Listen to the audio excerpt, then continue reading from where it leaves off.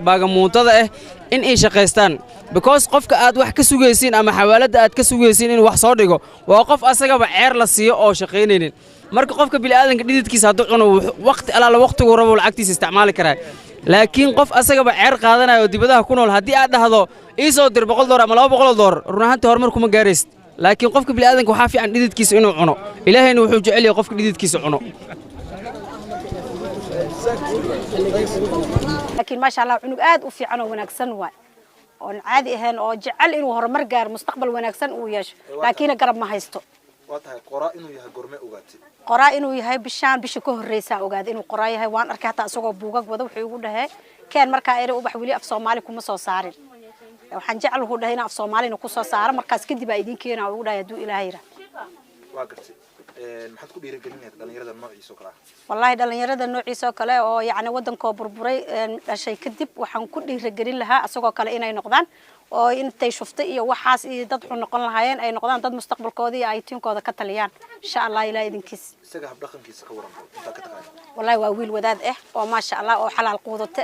oo wanaagsan saan jeclay waxaan u maleynaa garab saas ma haysto hadduu garab heli lahaa nin aad u wanaagsan inuu noqon lahaayaan jeclahay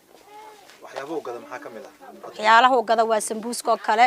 maxay ahayd madaasiga kale malayga kale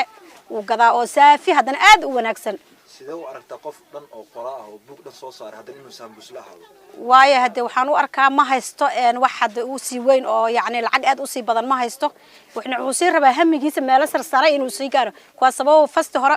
waxa laga soo bilaabaa hoos tartiib hadhow insha Allah wuxuu jecel yahay soo maqlin sartaan dheer ninka dhisay wuxuu ahaan jiray baarishle marka insha Allah ilaahay idinkiis waxaan jeclahay hami weyn inuu gaaro mustaqbalka insha Allah ilaahay idinkiis ninkan waa nin suuqley ah waa nin dhalinyaro aad iyo aad aan u jecelnahay inaan wax ka iibsano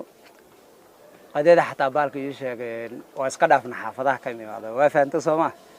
kaliyantii u nahay macaamiil u nahay waa wiil aad u furfuran oo dadaalay sabuuskiisana nadiif waaye aad u macaan ma sha Allah inay caroonin ay macnaha wadanka sharciga ku jira kaliya aan nalagula dhaqmaayo wax kale oo ka saayid aan nagula dhaqmaynin sharciga wadanka ka jirna aad iyo aad baan u qadirsanaa waa raali baan kuna dhalinyaro badanna waa arko sidoo kale shaqeystaan waana maxay la dhigi jiray wax loo baahan yahay in la shaqeysto waa wax loo baahan yahay ma sha Allah walaahi sida waxaan u arkaan inay tahay نعلى ديجري